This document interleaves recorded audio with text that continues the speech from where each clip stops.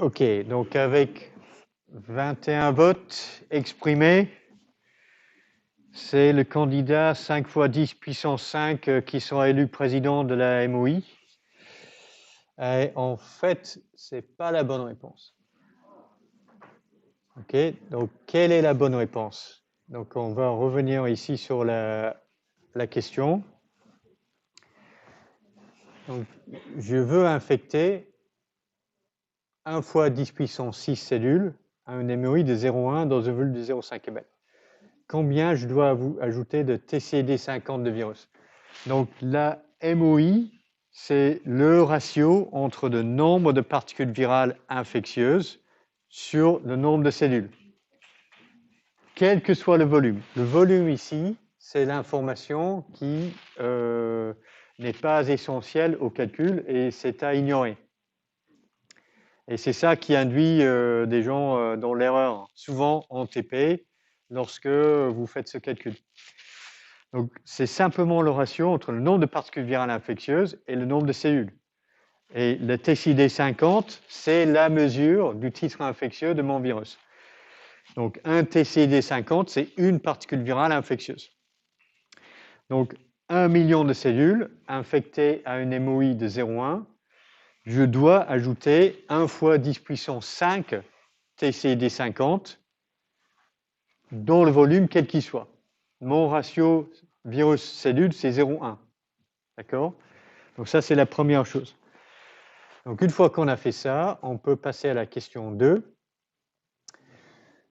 Donc je dois ajouter 1 fois 10 puissance 5 TCD50 sur les cellules. Ici, le stock est à 50 millions par ml. Quel est le volume qu'il faut ajouter dans mon puits de 0,5 ml? D'ailleurs, c'est un peu le calcul qui sera à faire en TP, ça. Donc là, vous pouvez flasher. Ah, attends, il faut que je démarre l'autre question. Ah!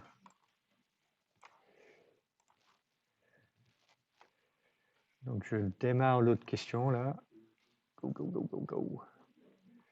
Initialiser et commencer. Normalement, vous pouvez voter sur la deuxième question.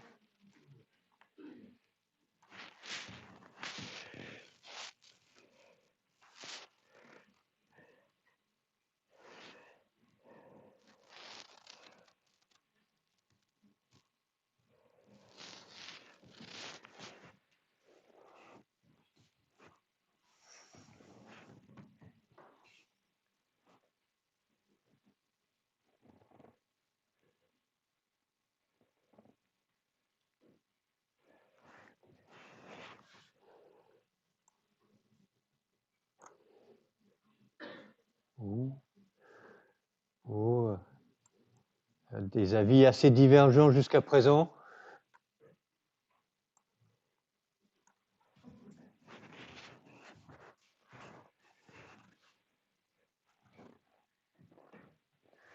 Ah, vous avez le droit d'utiliser la calculette, hein? C'est pas interdit.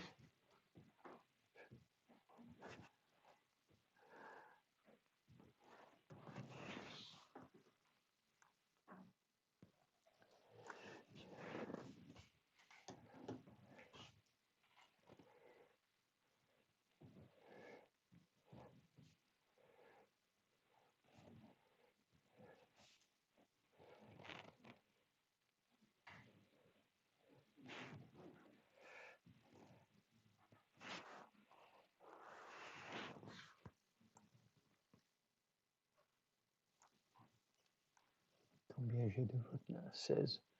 Bon, allez, on va attendre une vingtaine de votes.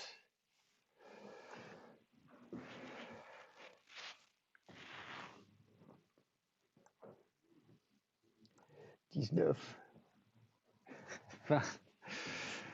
Ok, voilà les réponses envoyées. Assez disparates, il va falloir un deuxième tour. Ah, mais c'est 20 microlitres qui gagnent.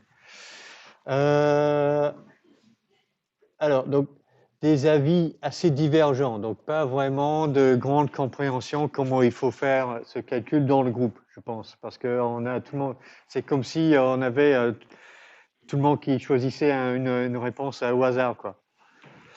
Ok, comment il faut raisonner ça? Donc, c'est pour ça que j'ai découpé en deux étapes. La première chose à faire, c'est de calculer combien je dois rajouter de TCD50 dans le puits. Et on avait vu que la réponse, c'est 1 fois 10 puissance 5. Donc, je dois ajouter 100 000 TCD50 dans mon puits, dans 0,5 ml. Donc, mon stock, il est à 50 millions par ml. Donc, la question, c'est quel volume de ce stock contient 100 000 TCD50? Donc, si je fais la règle de 2-3, c'est 1 sur 10 puissance 5 divisé par 5 fois 10 puissance 7 multiplié par 1 ml. Et ça, c'est mon volume en ml. Donc, ça va être 1 sur 500. C'est ça. Si j'enlève les puissances de 10, 7 moins 5, c'est 2, n'est-ce pas? Donc, 10 puissance 2, c'est 100. Donc, j'ai 1 sur 500 fois 1 ml. Donc, ça fait 2 microlitres. 1 centième d'un ml, c'est 2 microlitres. OK? Donc, la réponse correcte est B. 2 microlitres de ce stock contiennent 100 000 TCD50. Une autre façon de voir ça, c'est qu'on peut le faire raisonner en puissance de 10. Donc, si j'ai 50 millions en 1 ml, j'ai 5 millions en 100 microlitres, j'ai 500 000 en 10 microlitres, et je veux rajouter 100 000 sur mes cellules. Donc, 10 microlitres, c'est trop, 20 microlitres, c'est trop. La bonne réponse, c'est 2 microlitres. OK, donc avec ça, donc ça, c'est à retenir pour les TP. Comment on fait ce type de calcul? OK. On avait vu ça, c'est important en fonction de la manip que l'on veut faire. Donc ça, c'était la fin de la partie. Comment on détecte et comment on peut quantifier la présence d'un virus en culture cellulaire.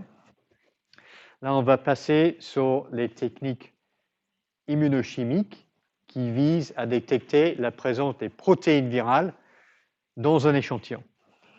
Et donc, classiquement, c'est des manips de type ELISA, où on va immobiliser sur la phase solide un premier anticorps qui va capter notre antigène viral. Et ensuite, ce complexe sera détecté par un deuxième anticorps qui reconnaît un autre épitope qui sera couplé à un système de détection enzymatique, par exemple la streptavidine ou la peroxydase qui va pouvoir générer un signal coloré. Alors là, on peut le faire, on peut utiliser cette technique avec une ELISA de façon quantitative si on a une gamme de concentration connue d'antigène viral. Et dans ce cas-là, notre mesure de la concentration sera en nanogrammes par ml ou picogrammes par ml d'une protéine virale donnée. Donc ça, typiquement, on va l'utiliser si on veut quantifier combien j'ai de protéines virales que j'ai produites en culture. Les techniques d'immunofluorescence peuvent confirmer ou identifier le virus présent lorsqu'on a détecté un ECP, un effet cytopathogène en culture cellulaire. Donc, le type d'ECP peut donner une indication de l'identité du virus qui est présent, mais on peut le confirmer avec des anticorps spécifiques de différentes espèces de virus. On peut aussi quantifier combien j'ai de protéines virales dans un échantillon in vivo, mais c'est largement dépassé par la biologie moléculaire. Et un des caractéristiques très importants, c'est que lorsqu'on mesure la quantité totale de protéines virales, on ne sait pas si notre virus est infectieux ou non. Donc, l'inconvénient, c'est si on veut préparer un virus en culture que l'on veut utiliser pour démarrer les infections, on ne peut pas faire un calcul de MOI avec une quantité de protéines virales en picogrammes par ml. Parce que ce que l'on veut pour les MOI, c'est la quantité de virus infectieux. On ne peut pas l'utiliser pour ça. L'avantage, par contre, c'est lorsqu'on a un échantillon qui est infectieux chez un patient ou un animal ou qui porte un virus pathogène, la première étape dans une analyse de type ELISA va être d'inactiver chimiquement l'échantillon, le mettre dans un tampon de Leese pour libérer des protéines virales. Donc ça, c'est bien parce que après, pour le reste de la technique, on n'est pas en situation de risque pour l'opérateur. Donc souvent dans les protocoles ELISA, la première étape, c'est reprendre l'échantillon dans un tampon de détergent ou un autre tampon qui va inactiver le virus. Et une autre application que l'on voit énormément ces jours-ci, ce sont les tests de détection rapide d'antigènes viraux avec ce qu'on appelle les lateral flow assays. Donc ça, je ne sais pas, vous avez vu comment ça marche ça en immuno ou pas, ce type de test? J'entends des fois non. Ok, non. Bon, on va dire que la réponse est non. Donc ça, c'est un truc vraiment incroyable que ces trucs-là marchent. Vous les avez passés, non? Qui a passé un test Covid rapide là, un test antigénique? Oui, moi aussi. Non, mais c'est la magie, non? On met un petit peu de l'échantillon, on mélange avec le tampon, on met une goutte et le front de liquide avance sur la bandelette et ça nous donne une réponse comme ça en 15 minutes. Incroyable, c'est vraiment incroyable. Alors, comment ça marche? Alors, pour détecter des antigènes viraux, ce que l'on a ici dans ce qu'on appelle l'analyte, ça c'est votre échantillon de salive ou là où vous avez réussi à frotter derrière le nez là. Et ça va d'abord être déposé ici. Et donc, ce front liquide va monter par capillarité dans notre barrette. Et la première chose que l'échantillon, l'analyte, va rencontrer, ce sont des anticorps spécifiques de notre antigène, de notre protéine de SARS-CoV-2, qui sont couplés avec des nanoparticules, souvent en or. Ensuite, si l'antigène est présent, ça va former des complexes anticorps-antigènes, et ça va monter sur la barrette par capillarité, et on arrive à la première ligne, la ligne de test. Sur la ligne de test, on a un deuxième anticorps spécifique de l'antigène viral. Donc tous ces complexes-là vont être captés par les anticorps sur la ligne de test. Et ensuite, ce que l'on a dans la solution qui monte sur la barrette va continuer à migrer ici et les anticorps non couplés aux antigènes viraux vont rencontrer une deuxième ligne, c'est la ligne témoin, et ça c'est constitué d'anticorps anti-IgG. Donc ça va capter les complexes anticorps nanoparticules qui ne sont pas attachés à un antigène viral. Donc c'est là juste pour montrer qu'en fait le test a fonctionné. Et on le met, c'est toujours sur tous ces tests-là, la ligne de test est toujours après, la ligne de test est toujours avant la ligne de témoin. Parce que si on avait la ligne témoin avant, ces anticorps anti-IgG pourraient capter tous les complexes et il n'y en aura pas assez pour aller plus loin pour allumer la ligne test. D'accord? Donc l'organisation, ligne test d'abord et la ligne de témoin après, c'est très important ça.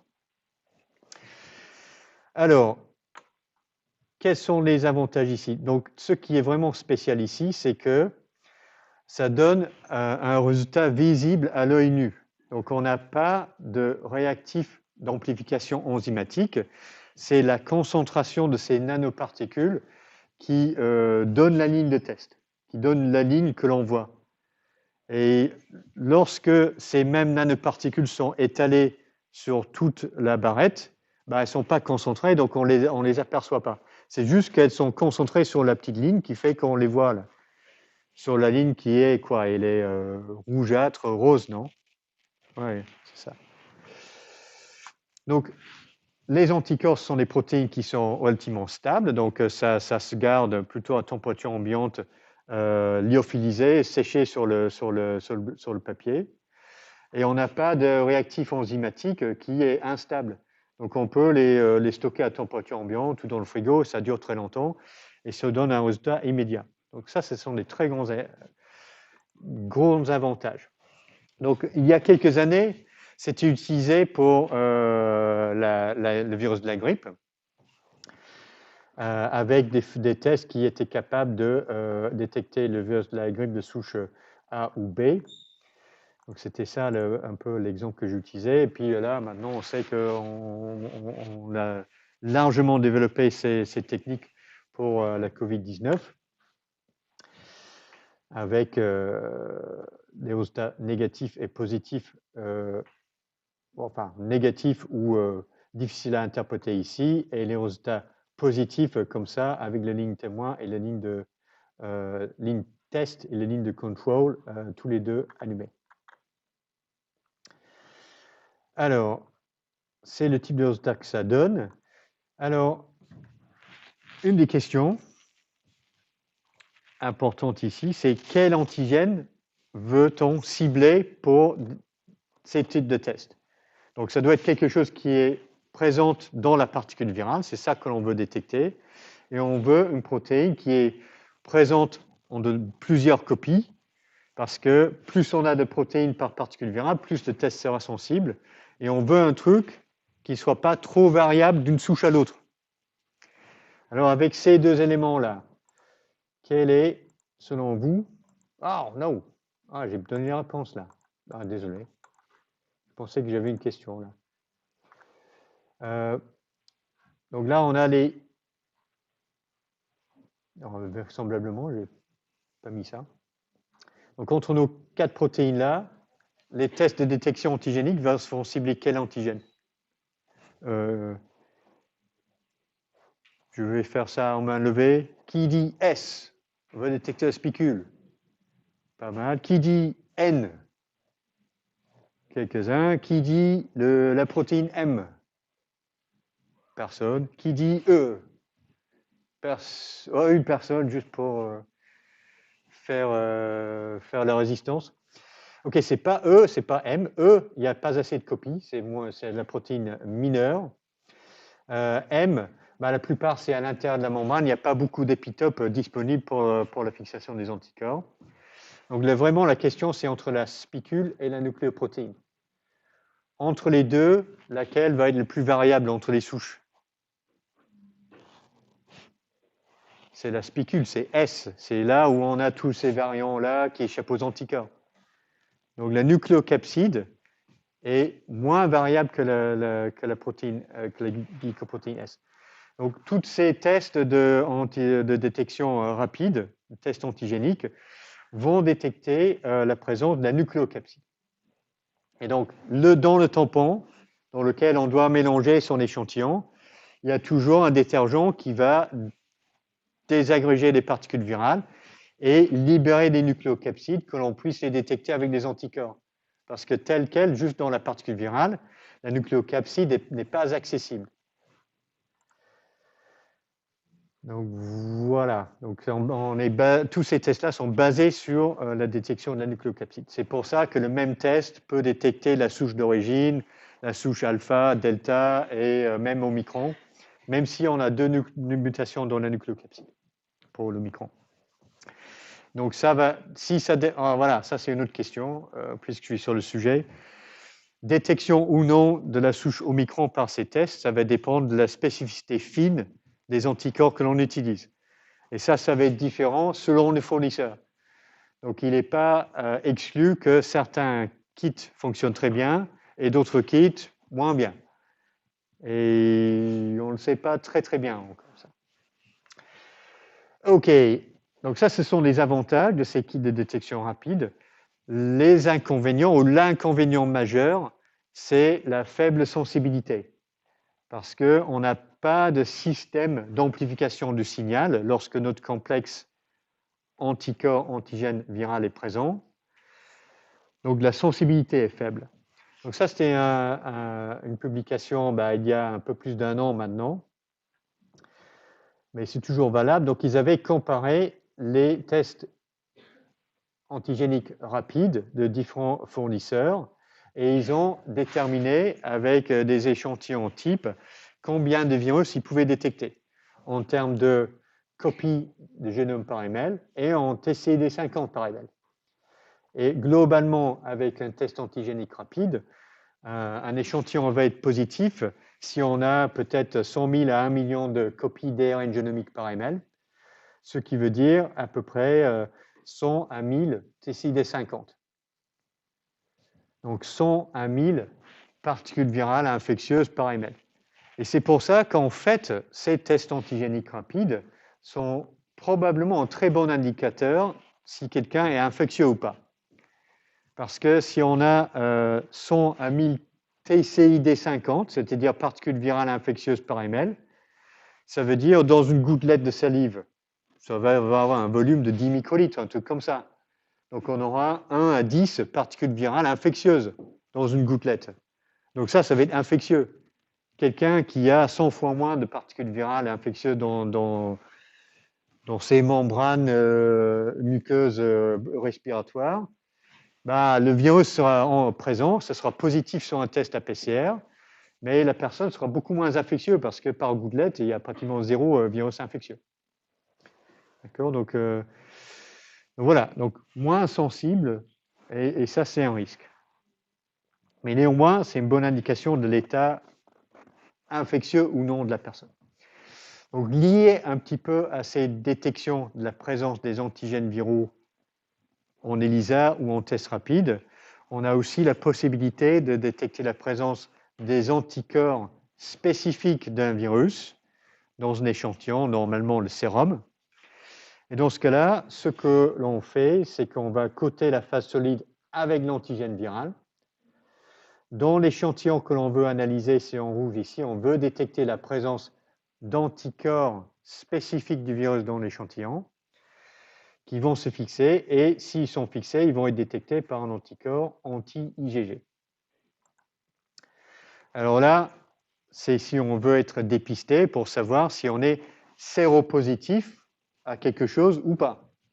Donc si on est séropositif, ça peut vouloir dire que l'on est infecté actuellement, mais dans beaucoup de cas, par exemple, si on est séropositif pour le VIH, c'est une infection chronique. Séropositif pour le VIH, vous êtes infecté par le virus.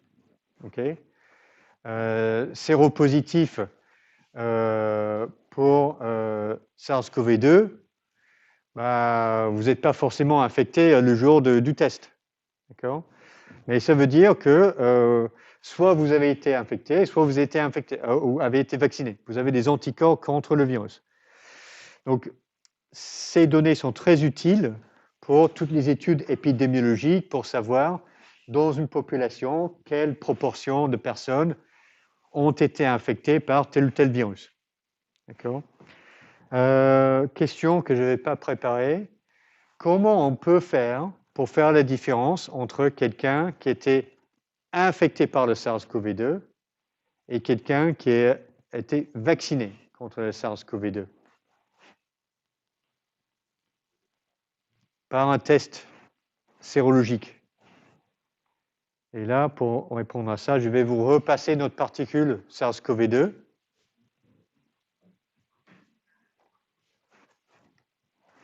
Oui.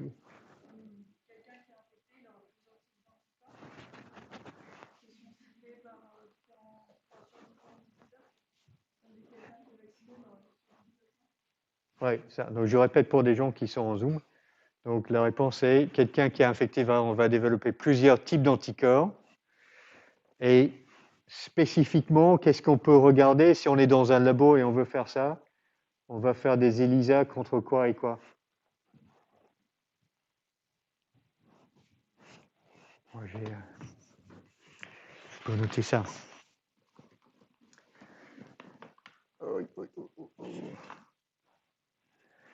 Oh, génial, pas d'encre. OK. Donc, si on est infecté,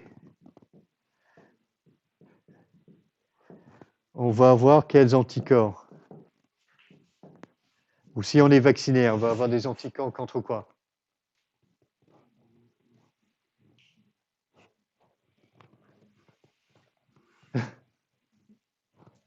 Tous ces vaccins là, dont on parle depuis plus d'un an, sont basés sur quelle protéine virale? Spike, oui. Donc, si on est vacciné, on développe des anticorps contre la spike, anti-S. Si on a été infecté et on a récupéré après l'infection, est-ce qu'on aura des anticorps anti-spike? Oui. Et on aura, comme vous avez dit tout à l'heure, d'autres types d'anticorps. Par exemple, si on regarde sur notre truc là, oui, on va avoir des anticorps anti-nucléocapsides aussi. Donc, si on fait les deux, là, on peut faire la différence entre quelqu'un qui a été infecté, qui va avoir des anticorps anti-spike et anti-N, nucléocapsides. Quelqu'un va être vacciné, qui a été vacciné aura uniquement des anticorps anti-spike. Donc, ça ne sera pas une information qui est donnée dans les tests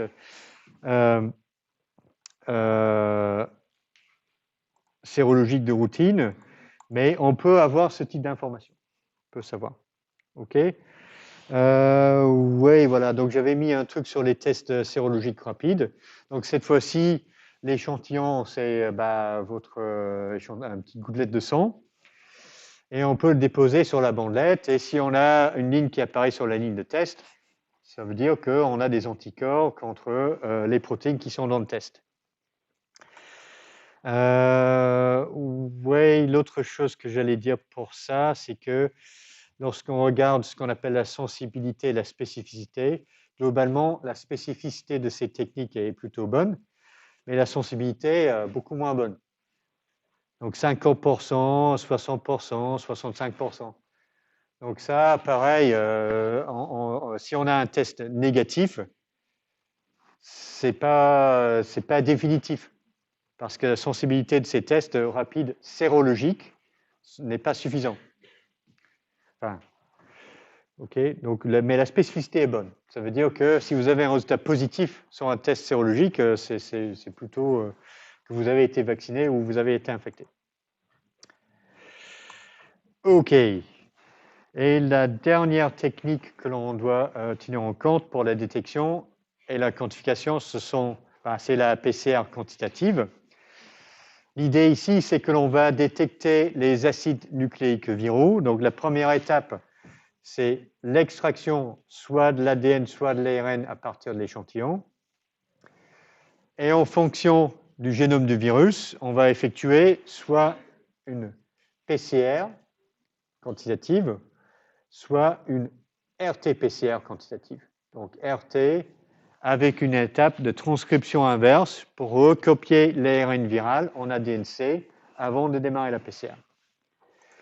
Donc ça, on peut le faire, c'est ce que tout le monde fait là aussi avec des tests PCR pour détecter la présence de l'ARN viral.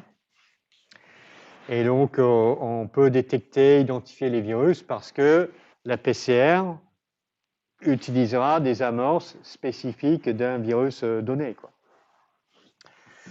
Donc, on peut utiliser ça sur n'importe quel type d'échantillon clinique, sang, salive, etc. Et c'est utilisé pour suivre la charge virale dans le temps chez des patients qui sont infectés par un virus pour savoir si leur traitement marche ou pas. Donc, c'est utilisé en routine pour le VIH, l'hépatite C et aussi en dépistage pour le SARS-CoV-2. Donc, qui a fait un test PCR là? Ouais. Et le résultat qui est rendu, ce n'est pas quantitatif. Vous avez positif, négatif. Donc ça, c'est une utilisation vraiment en qualitatif, détection présence ou absence.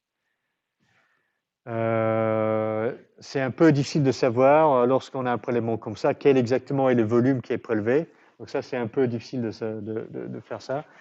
Mais c'est principalement, on ne rend pas un résultat quantitatif parce que ça n'a pas vraiment de valeur pour la personne qui fait le test. Vous voulez savoir si vous avez été infecté, oui ou non.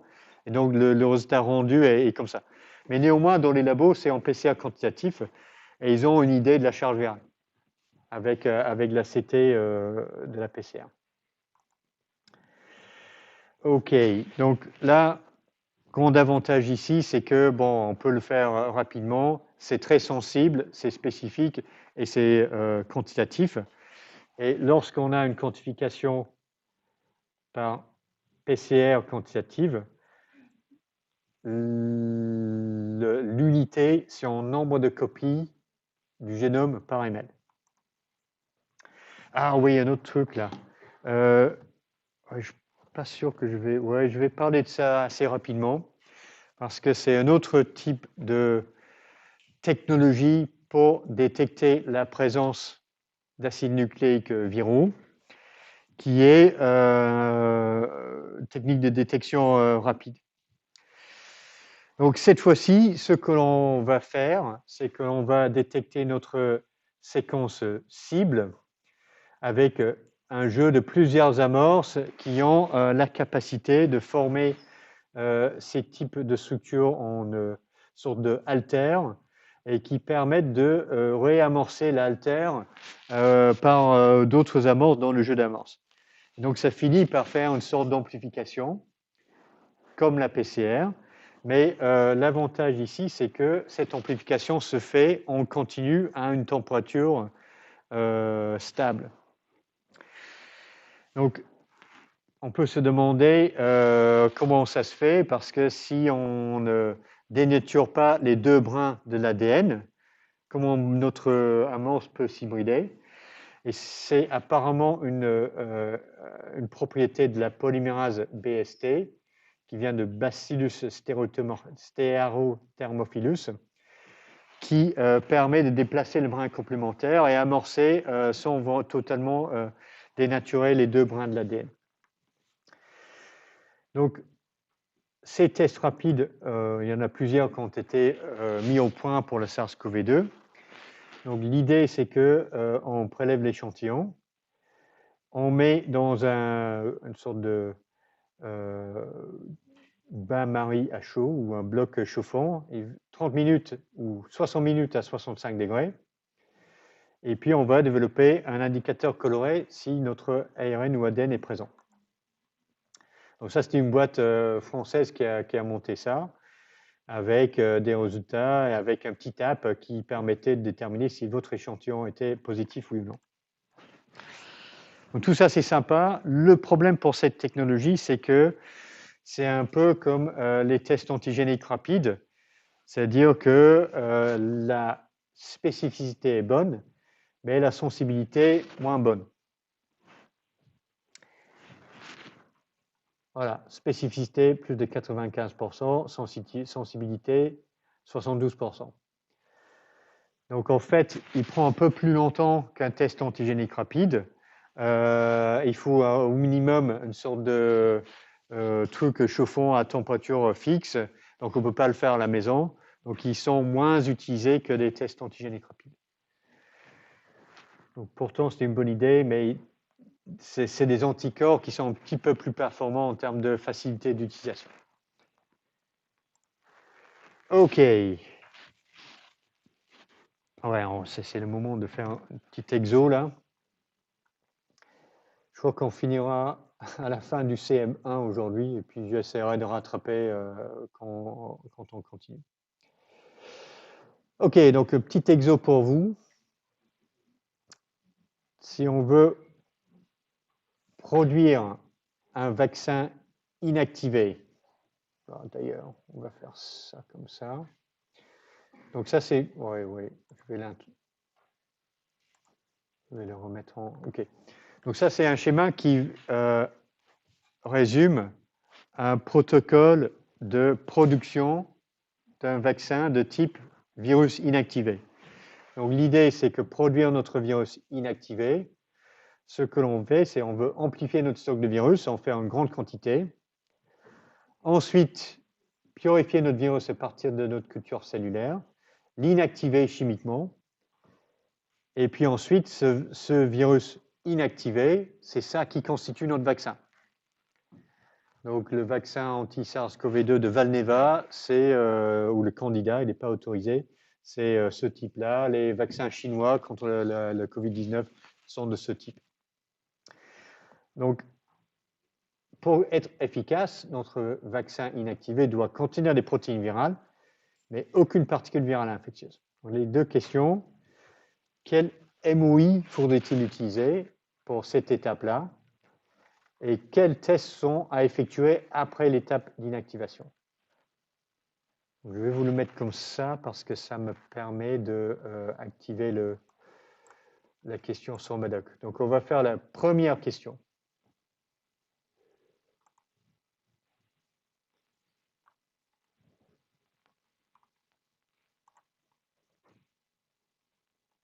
Oh, c'est bizarre, il ne me montre pas, il me montre rien. Ah oui, ok. Ok. Voilà, donc ça, c'est la première question est activée.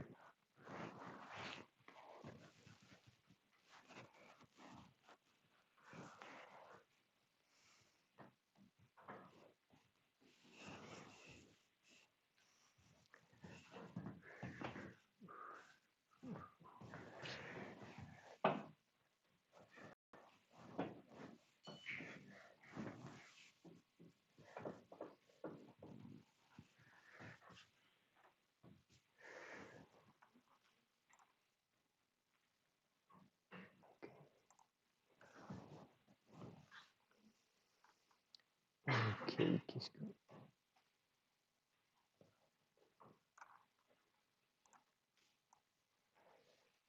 Oh, pas beaucoup de réponses là.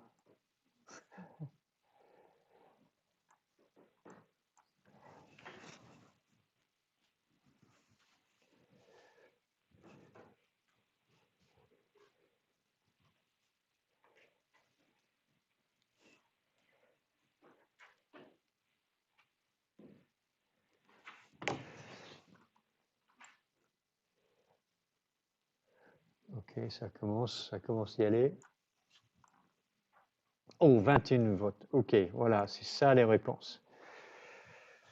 Ok, numéro 5, ça c'est pas vrai. Okay, c'est important si on veut faire des manips qui sont reproductibles d'une fois à l'autre. Si on met une quantité de virus aléatoire, on aura des résultats aléatoires à la fin. Ça, c'est certainement le cas. Et sinon, après, on a le choix entre MOI forte ou MOI faible. Et la bonne réponse pour ce type de manip, c'est une MOI faible. Parce que ce que l'on veut faire ici, on veut amplifier notre stock, c'est-à-dire en retirer beaucoup plus de virus à la fin que ce qu'on avait mis au départ. Donc si on utilise une MOI de 10, on met 10 particules virales infectieuses pour infecter une seule cellule. Et bon, ben, on aura 100% des cellules infectées, mais à la fin, peut-être on récupérera 1000 particules virales par cellule infectée, et on en avait mis 10 au départ, donc on aura amplifié notre stock par 100 peut-être, pas beaucoup plus.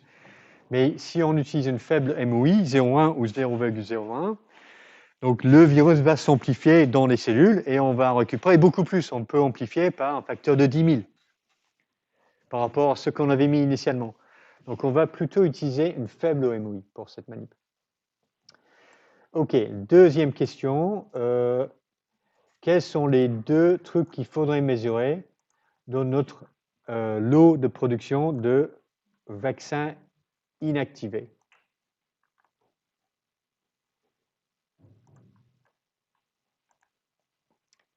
Et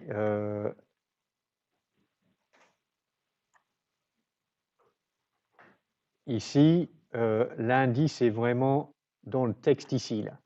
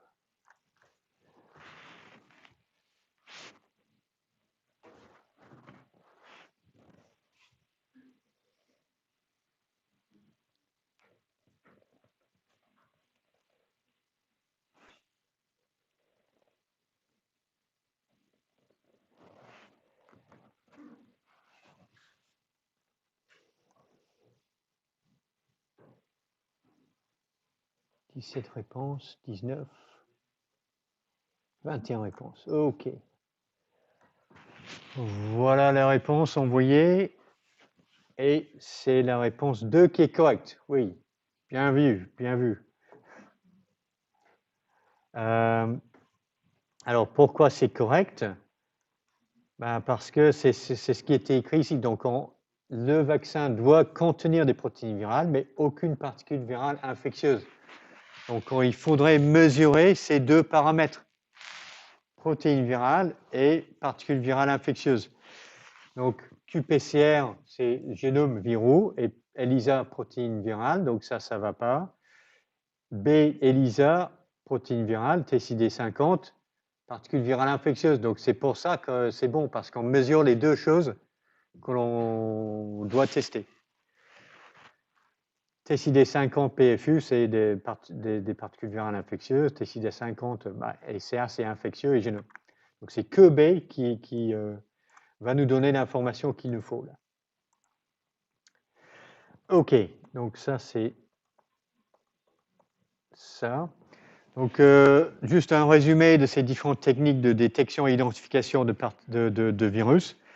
Les techniques de culture cellulaire, plus ou moins sensibles. Il y a des virus qui ne poussent absolument pas en culture cell, donc on ne peut pas les détecter comme ça.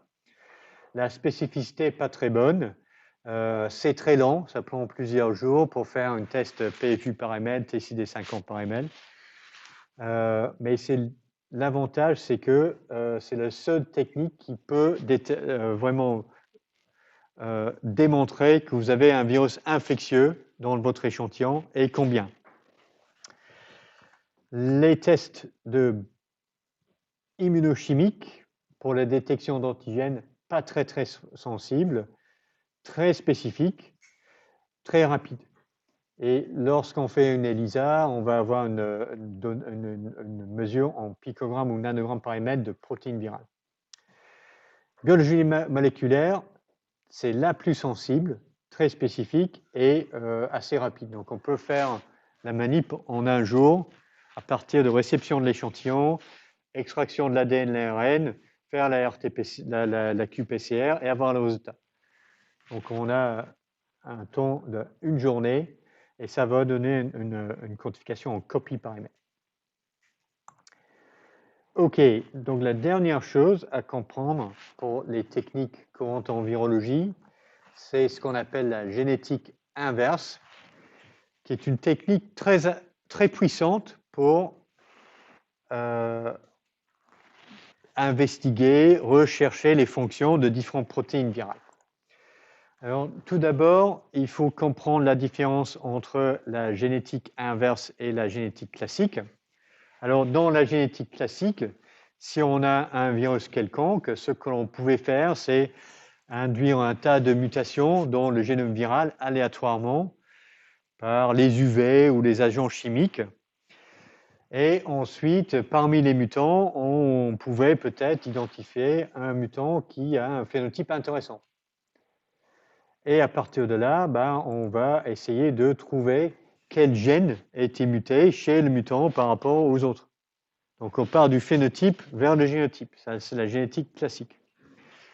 Alors, la génétique inverse, c'est le cheminement inverse. On commence avec les génomes viraux. Et on va introduire exprès des mutations que l'on contrôle, on sait ce qu'on fait. Et ensuite, on va analyser le phénotype. Alors, afin de pouvoir faire ça, il faut un système qui permet de passer de l'acide nucléique, qui code pour le virus, qui comprend le génome viral, à un virus infectieux. Et donc, toute cette partie-là des générations de mutations et tout ça, ça va se faire dans des plasmides chez la bactérie. Donc, il faut d'abord cloner l'ADN ou l'ARN génomique dans un vecteur plasmidique, introduire les mutations que l'on veut, et ensuite, à partir de ce plasmide, il faut être capable de régénérer un virus en entier. Donc, pour les virus avec un génome en ADN, c'est relativement simple. Donc, on peut cloner tout le génome dans un plasmide ou dans un backmid pour les génomes plus grands. On introduit des mutations ici. Et ensuite, on va purifier cet ADN-là, le transfecter dans les cellules. Et du coup, on a transporté le génome viral dans le noyau de la cellule. Et ça permet de démarrer le cycle de réplication virale et il va produire des particules virales. Donc, c'est relativement simple pour les virus ADN et les rétrovirus. Pour les virus ARN brun plus, aussi, ça marche plutôt bien. C'est-à-dire qu'on va mettre le génome sous forme d'ADN double brun dans un plasmide. On introduit toutes les mutations que l'on veut. Et ensuite, pour régénérer le virus, souvent, ce qu'on fait, c'est une transcription in vitro pour générer de l'ARN viral que l'on peut transfecter dans les cellules. Et dans ce cas-là, on introduit le génome viral dans le cytoplasme. Et ça suffit pour démarrer un cycle de réplication et on peut régénérer des virus infectieux. Donc, ce type de système de génétique inverse ont été développés pour tout un tas de virus et c'est très important pour déterminer les caractéristiques de différentes protéines virales, leurs fonctions et aussi ce qu'on peut faire pour comprendre les effets de différentes mutations dans une particule virale, dans un génome viral. Alors, oui, ben j'avais ajouté ça là. Donc, le type de manip que l'on peut faire, c'est, voilà. Donc ici, on a l'exemple présent avec la souche Omicron. On voit que cette souche est devenue dominante dans le monde entier et qu'on prend plein de mutations dans son génome, vraiment plein dans la protéine S et plusieurs ailleurs dans le génome. Donc, alors j'ai deux questions ici pour vous, sans façon de répondre particulière. Je sais pas, discuter entre vous 2 ou 3 minutes. Et puis après, vous pouvez lever la main si vous avez des idées et puis me dire ce qu'on peut faire.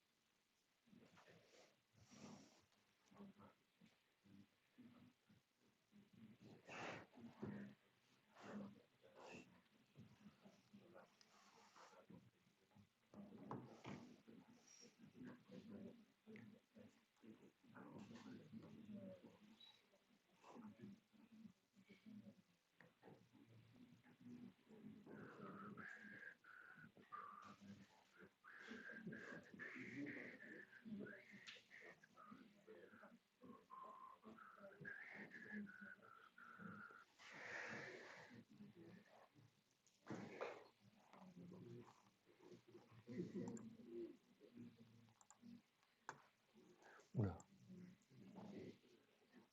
On va faire ça.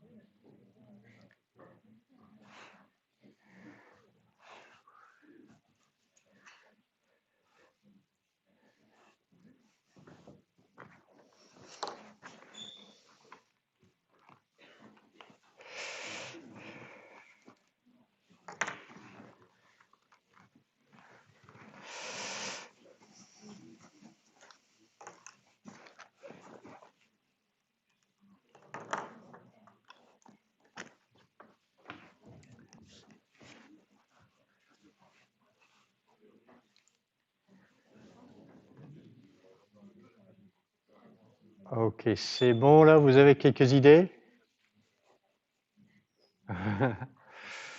Ok, pour la première question, ça veut dire quoi avantage sélectif? Peut-être deux éléments de cette réponse. Oui.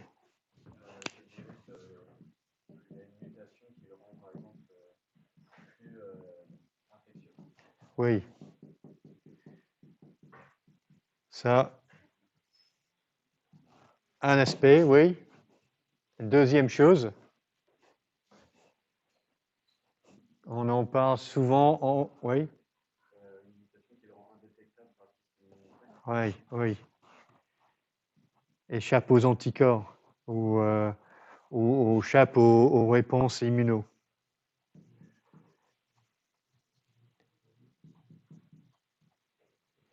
Donc, c'est deux choses pas forcément liées, quoi.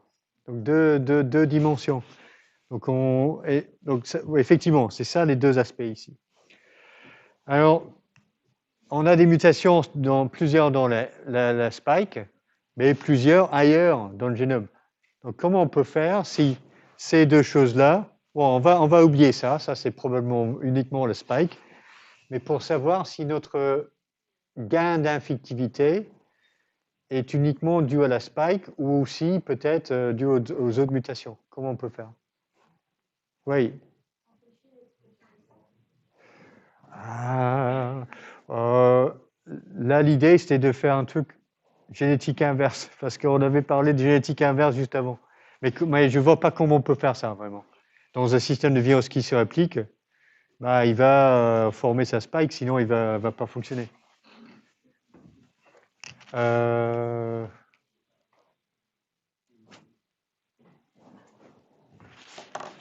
va essayer de faire ça. Donc ça, c'est notre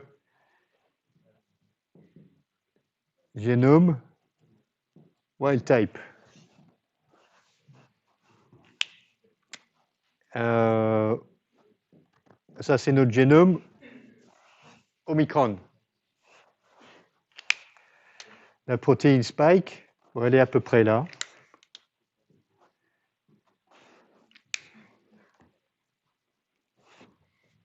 Omicron, si on teste cette souche de virale contre celle-là, en culture cell, elle va infecter mieux les cellules humaines, imaginons. Donc on va valider plus infectieuse sur les cellules humaines. Ensuite, on veut savoir si c'est uniquement la spike, qu'est-ce qu'on peut faire? Et imaginez que vous avez à votre disposition un super système de génétique inverse. Oui.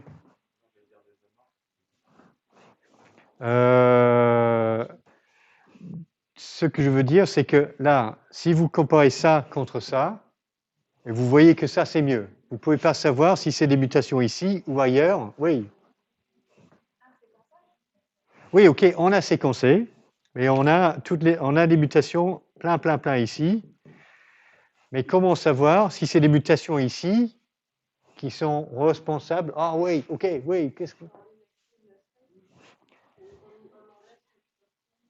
Oui, mais là, il ne va pas marcher le virus. Là.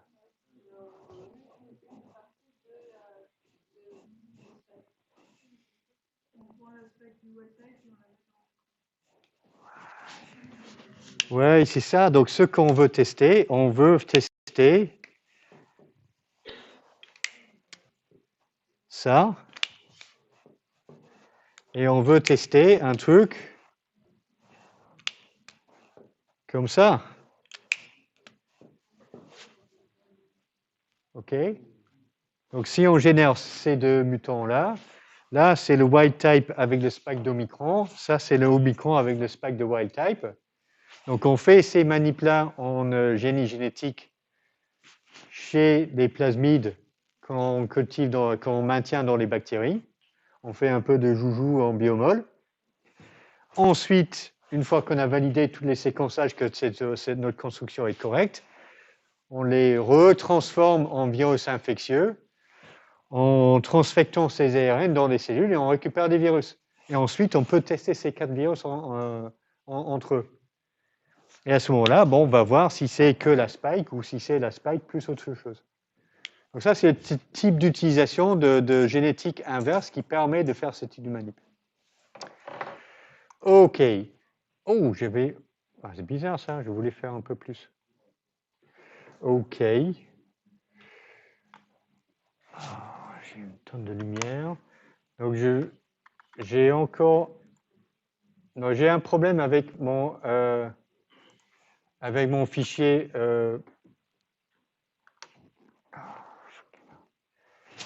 y a un peu trop de lumière rasante qui arrive aussi. Donc j'ai un problème avec mon fichier qui n'a pas voulu s'ouvrir l'autre jour. Là. Donc je vais...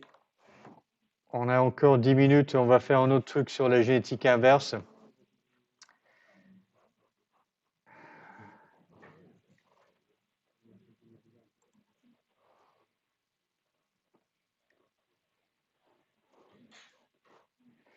OK, wake up.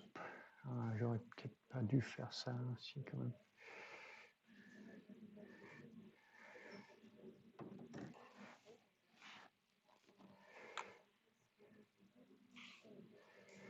OK.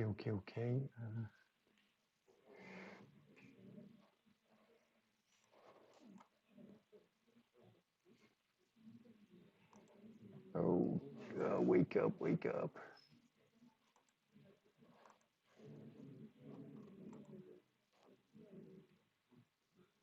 Ah, OK, oui. Ouais, OK, ça, c'était ça. OK, oui, donc on va enchaîner un petit peu sur la partie 1. La première partie du CM2 sur les 10 dernières minutes. Donc, je sais pas pourquoi j'ai ça là. Bon. Donc, si vous vous souvenez du L2, le cycle de réplication virale que n'importe quel virus doit accomplir pour se multiplier, c'est d'abord de s'attacher à la cellule hôte, ensuite d'entrer dans la cellule hôte, ensuite le génome doit quitter la capside par une étape que l'on appelle la décapsidation. Ensuite, le génome doit être répliqué et exprimé. Donc, on fait de multiples copies du génome viral et de multiples copies des protéines virales qui vont s'assembler pour produire de nouvelles particules virales qui doivent être libérées. Donc, chaque virus doit accomplir l'ensemble de ces étapes au cours de chaque cycle de réplication. Et donc, pour comprendre comment les virus marchent, on va par la suite regarder un petit peu chaque étape. Donc, pour introduire le sujet aujourd'hui, on terminera vendredi. On va regarder la première étape de l'attachement et de l'entrée. Et cette étape est médiée par l'interaction entre une protéine ou une glycoprotéine d'attachement viral. Donc, chez les virus nus, c'est des protéines de capside. Chez les virus enveloppés, ce sont des glycoprotéines d'enveloppe qui médient l'attachement de la cellule hôte. Et ces protéines d'attachement vont se fixer spécifiquement sur des récepteurs chez la cellule hôte. Cette interaction est normalement de faible affinité, mais puisqu'on a de multiples copies de ces protéines d'attachement sur une particule virale, l'interaction globalement est de forte avidité, parce qu'on a de multiples sites. Et l'interaction entre la glycoprotéine ou la protéine d'attachement et son récepteur cellulaire explique pour beaucoup de virus leur tropisme, c'est-à-dire quels tissus et quelles cellules vont être infectés par le virus. Donc, par exemple, le VIH, son récepteur, c'est le CD4, et du coup, il va infecter les lymphocytes T, CD4 positifs, et d'autres cellules du système immunitaire qui expriment le CD4. Pour le virus Epstein-Barr, c'est un herpès virus. Son récepteur, c'est le CD21, qui est exprimé par les lymphocytes B. Donc, c'est un virus qui infecte des lymphocytes B. Donc, pour d'autres virus, comme le virus de la grippe, le récepteur est exprimé sur un large panel de cellules. Donc, le virus de la grippe se fixe sur l'acide sialique. Et ça nous indique un autre point important. tous les récepteurs cellulaires ne sont pas forcément des protéines. Donc ça peut être des structures, des glycaniques, des glycanes, des structures formées de plusieurs sucres. Alors, donc voilà, et un autre exemple de là où le type de récepteur explique le tropisme, c'est par exemple le virus de la poliomyélite. Son récepteur, c'est le PVR, récepteur du virus de la poliomyélite. Ce récepteur est exprimé chez les entérocytes. Donc, c'est un virus qui se transmet par la voie fécale-orale. Donc, il a son site naturel de l'infection, c'est dans l'intestin. Mais malheureusement pour nous, ce récepteur est également exprimé sur les neurones. Donc, cela explique pourquoi c'est un virus qui est neurotrope et qui peut provoquer des paralysies et la mort chez certains enfants. Donc, connaître le récepteur, c'est un point important pour comprendre le tropisme du virus. Alors, comment on va détecter et identifier les récepteurs des virus? Donc, une des premières approches, c'est une approche biochimique. Donc, on voudrait peut-être savoir si le récepteur cellulaire, c'est une protéine ou une structure glycanique. Dans ce cas-là, on peut traiter les cellules avec une protéase ou une neuraminidase pour enlever les acides sialiques et on teste si le virus est toujours capable de se fixer sur des cellules et de les infecter. Donc ça, c'est assez facile à faire et c'était comme ça qu'on sait que le virus de la grippe se fixe sur l'acide sialique, c'est son récepteur. Alors, on a aussi quelques récepteurs qui ont été identifiés en utilisant des anticorps monoclonaux contre le récepteur sur la cellule hôte. Donc, dans ce cas-là, ce qu'on veut faire, c'est d'isoler un anticorps spécifique d'une protéine à la surface de la cellule hôte et qui bloque l'entrée du virus. Et donc, ça, c'est... qu'est-ce que je vais dire pour ça? Oui, donc, si on a cet anticorps-là, ensuite, il faut identifier quelle protéine de la cellule hôte est reconnue par cet anticorps. Dans ce cas-là, voilà, on a identifié le récepteur. Et donc, l'exemple pour ça, c'était sur la page avant, c'est l'écovirus. Donc, le récepteur, c'est l'alpha-2 bêta-1 intégrine, ou c'est plutôt la bêta-1 intégrine qui est important ici pour l'entrée de ce virus.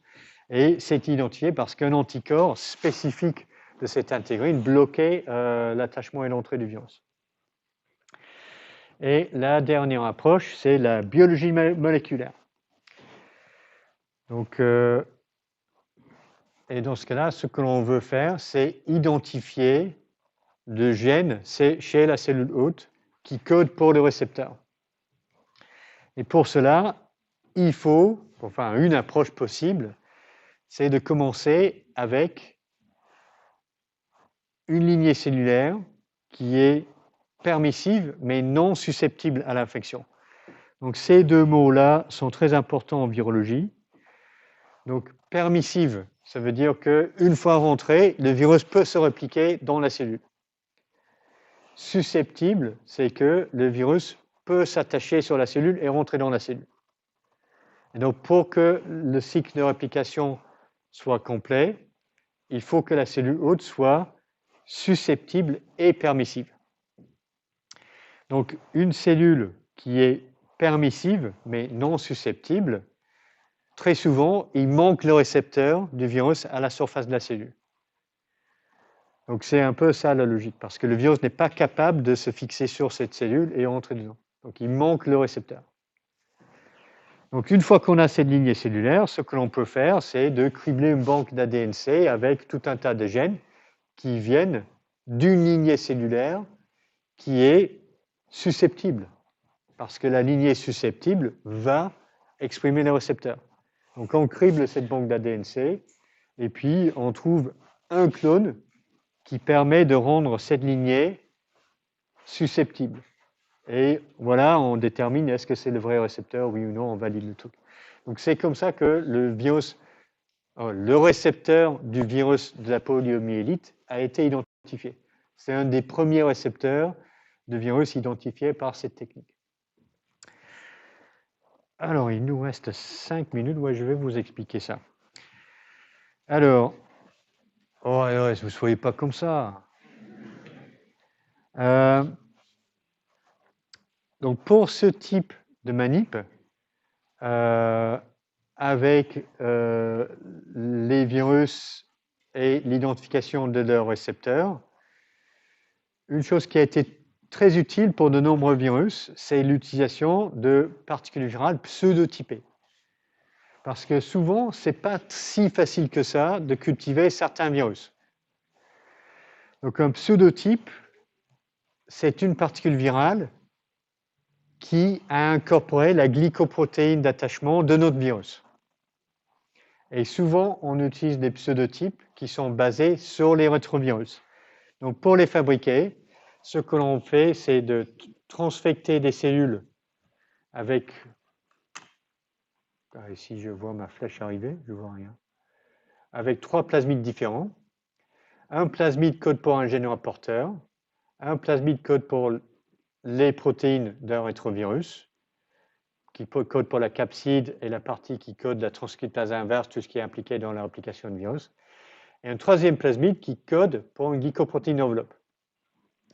Donc, quand on transfecte ces cellules-là, ça, ce sont des protéines qui vont former des particules virales. Ça code pour l'enveloppe et le gène rapporteur sera intégré à l'intérieur.